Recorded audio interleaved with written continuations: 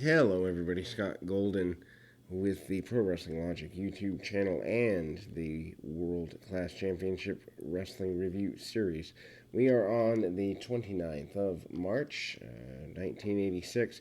Steve Regal, not the British version, but the American version, American Wrestling Association most known, against Brickhouse Brown. Brown, known for predominantly Southern wrestling, a lot of work in Memphis, but a newcomer here. He is in world class at least for a little while. I'm only caught up with my watching about one more week, which is going to be posted later today. Hope to get a few more episodes in tonight before or after Raw, depending on my work schedule. But that's where we are here. Brown is a guy who goes on to be quite a character. If you're not a watcher or a subscriber to the High Spots Wrestling Network, please do. If for nothing else, then the shoot interview by Brown, among other great things. They've got over, I think it's like 3,300 titles, 500 of them shoot interviews and the like. But anyway, nice sunset flip early by Brown. Regal tries to break the match down into more simple terms. They wrestle over the arm bars and arm locks, hammer locks, for several minutes. Um, it is Regal who tries to get the match going in a more discernible way, but using the turnbuckle against an African American star in the 80s, not a good idea, as that does not lead where he wants it to go. Hip toss by Brown, and Brown back to the arm drag and arm bar.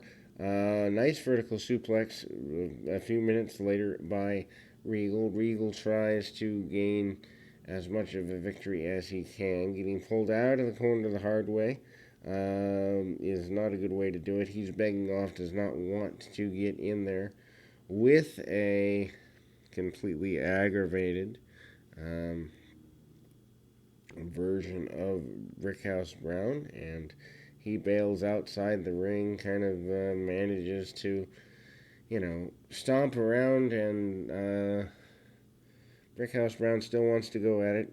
Regal takes a good bit of time on the floor. They actually get close to 15 minutes here by the time it's all over and done. And Brown manages to get under the skin of his adversary, to say the very least.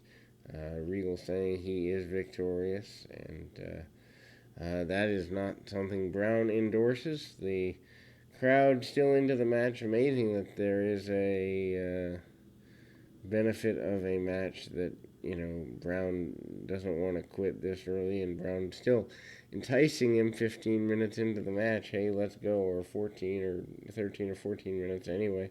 Regal heads for the ringside area, and Brown eventually does get the victory in his maiden voyage here. We then move to the Freebirds and the Von Erichs in an abbreviated match style. Kerry and Kevin, I believe, are your combatants here. Actually, six-man tag team titles on the line, actually, thinking about it. All six members are three members of the Von Erichs, and Terry Gordy actually almost getting choked out by Kevin in this abridged match. I'll run through it relatively quickly. Kevin has body control early, and often with the body scissors. Kevin known for that body scissors, and continues to be here. The match itself breaks down relatively quickly. Michael Hayes comes in, hits a pile driver on Kevin, and hopes to gain a victory there, or actually on Kerry, hopes to gain a victory there, doesn't seem to do so. Kevin back in and almost gets hit with a suplex. Kevin manages to block a couple of times and goes at it there. Freebirds are taken to the limit. Kevin and Kerry are kind of all heck breaks loose. A roll up, I believe, by Lance Von Erich, and then a lariat by Gordy. Referee loses all control. Match is thrown out eventually here, so nothing settled in this iteration. They eventually talk in a week or two about settling up the Freebirds and Von Erichs at another stadium show. I believe that's in either April or May, so probably in May since they're talking about it at the beginning of April, unless they do it right at the end of the month. But usually they build those for a couple of weeks. Rick Rude against the newcomer in Steve Simpson. Rude, of course, your American heavyweight champion, otherwise known as the world champion, managed by Percy Pringle here, and Rude proving his value yet again, able to, you know, bring the best out of a youngster, bring the best out of a guy who is relatively new. Simpson, I think it's Sean and Steve Simpson, the South African duo. Rude breaks him down, but the Simpsons both have beautiful bodies for the time period. Head scissors take over after a monkey flip by Simpson, and the crowd immediately behind Simpson just because of the look. Kind of looks like a much leaner version of the Von Erichs, which I'm not sure that'll work out very well. Again, this is my first time all the way through World Class. My first exposure stopped in the early part of '83, so I am much further along. And so, needless to say, not sure that the Simpsons will last. Don't know much about that. What I do know is a good hammerlock by Simpson. Rude cuts things off and goes immediately into hammerlocks and then back to headlocks. Simpson tries to keep the match on the ground. Rude manages to hit a back suplex to get himself out of the side headlock that he's in. Percy Pringle is upset on the ground. Remember, the title can change hands on disqualification. Also remember that Rude is a few months away from coming up against another major guy in the Ultimate Warrior. That's a few months away here. Warrior first main territory is World Class. Simpson tries a secondary monkey flip, gets caught, and Rude hooks the ropes and then hits the Rude Awakening DDT for the victory. We move to a promo for the main event of Lance Von Erich and Brickhouse Baker versus Hayes and Roberts next week. Also, Bruiser Brody calling out Terry Gordy, wants Gordy in a one-on-one match, and they will brawl around all the way around the arena for several minutes here.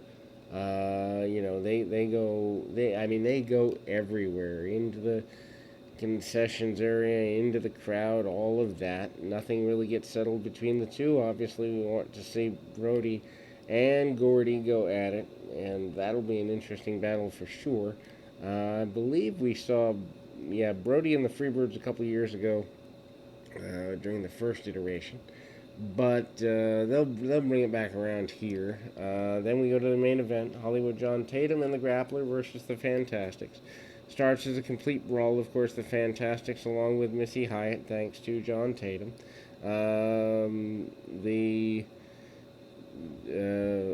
Tatum not even able to get his jacket off before the Fantastics want to settle up with him, partially due to the wars they've already had.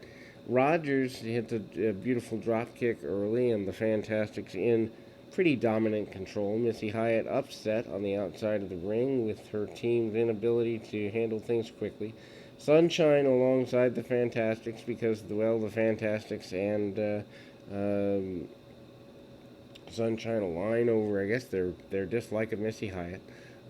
Tatum comes off the top rope onto Tommy Rogers with a double axe handle that looks good. Meanwhile, this is a Texas Tornado style match, forgot to mention, which means all four guys can be in the ring. Kind of hard to follow. Never been a big fan of those. Grappler hits an inverted atomic drop during the middle of this, and brawl continues. Meanwhile, Bobby Fulton manages to take out both guys when necessary. Grappler gets held for a double team maneuver and manages that. Missy Hyatt is supervising as her tandem is not as successful as she would like.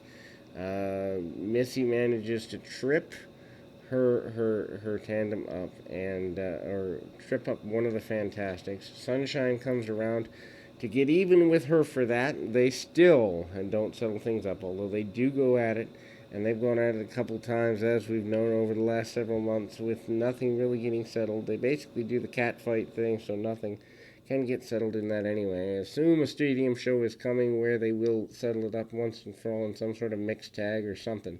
Needless to say, the tandem of the Fantastics get the victory when there's a miscommunication between Tatum and the grappler. 1, 2, 3, Fantastics get your victory, and we've closed out March of 1986 here in World Class. We'll be back with more action right after this.